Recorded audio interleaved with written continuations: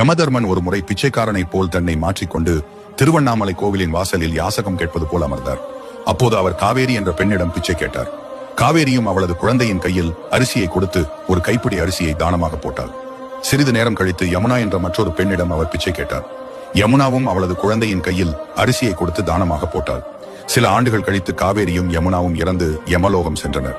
இவர்கள் இருவரையும் பார்த்த யமன் காவேரியை சொர்க்கத்திற்கும் யமுனாவை நரகத்திற்கும் அனுப்புமாறு கூறினார்.